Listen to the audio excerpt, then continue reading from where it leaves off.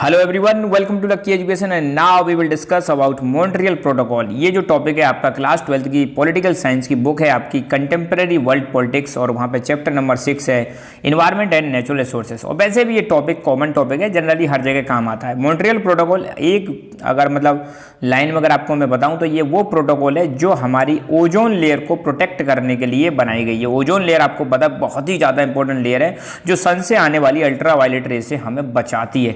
इसको समझने से पहले कुछ बेसिक्स कवर करते हैं। बेसिक्स अगर अच्छे होंगे तो ये टॉपिक बहुत आसानी से हो जाएगा।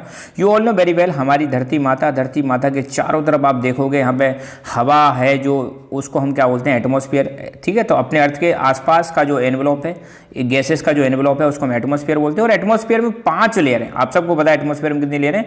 5 लेयर है। पहली है ट्रोपोस्फेयर, फिर है स्ट्रेटोस्फेयर, फिर है आपकी मीजोस्फेयर, और फिर आपकी थर्मोस्फेयर, और लास्ट वाली है एक्जोस्फेयर। फिर आपको ये भी पता होना चाहिए जो स्ट्रेटोस्फेयर है, स्ट्रेटोस्फेयर के अंदर ही पाई जाती है ओजोन लेयर। ओजोन लेयर कोई अलग से नहीं है, ध्यान देना। ये जो 5 लेयर है, troposphere, stratosphere, mesosphere, thermosphere, exosphere, इसमें स्ट्रेटोस्फेयर के अंदर आती है ओजोन लेयर।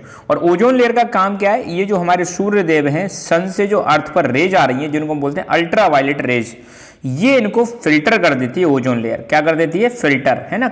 सबको तो फिल्टर नहीं करती, मगर यूवीसी को कंप्लीटली फिल्टर कर देती है। इतना आपको ज़्यादा ध्यान देने नहीं है, ठीक है। यूवीए और यूवीबी जो थोड़ी कम डेंजरस हैं, ये आ जाती है, मगर यूवीसी को ये कंप्लीटली क्या कर देती है? फिल्टर। अभी अगर सोचो, अगर ये यूवी वाली रेज अगर धरती पर आ जाए तो क्या इंपैक्ट होगा? इसका आने का इंपैक्ट ये होगा भाई साहब कि हमारे जो मतलब अगर किसी पर भी ये पड़ेंगे तो तुरंत कैंसर जैसी समस्याएं कर सकती हैं। कैंसर और स्किन रिलेटेड डिजीज यहाँ पे आपको देखने को मिलेंगी।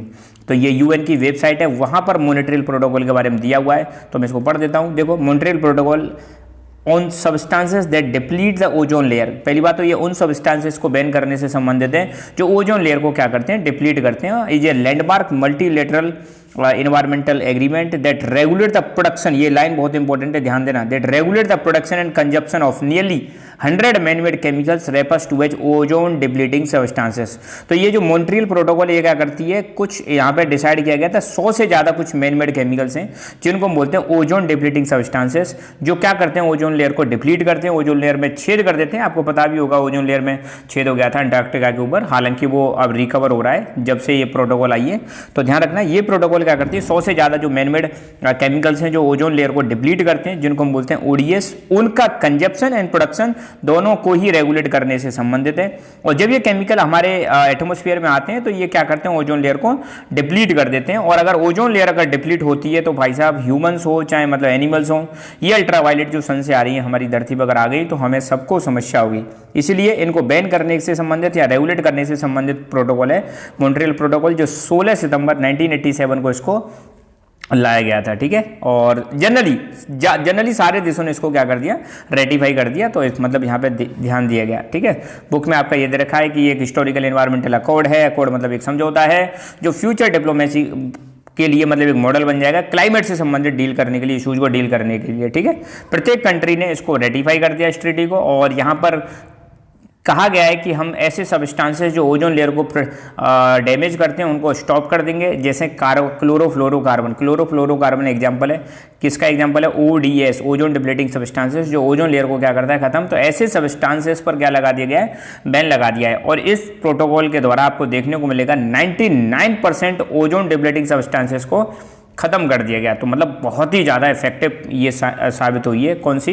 Montreal protocol. यहाँ पर एक क्वेश्चन है जो यूपीएससी में भी आया था 2015 में, which of the following is associated with the issue of control and phasing out of use of ozone depleting substances.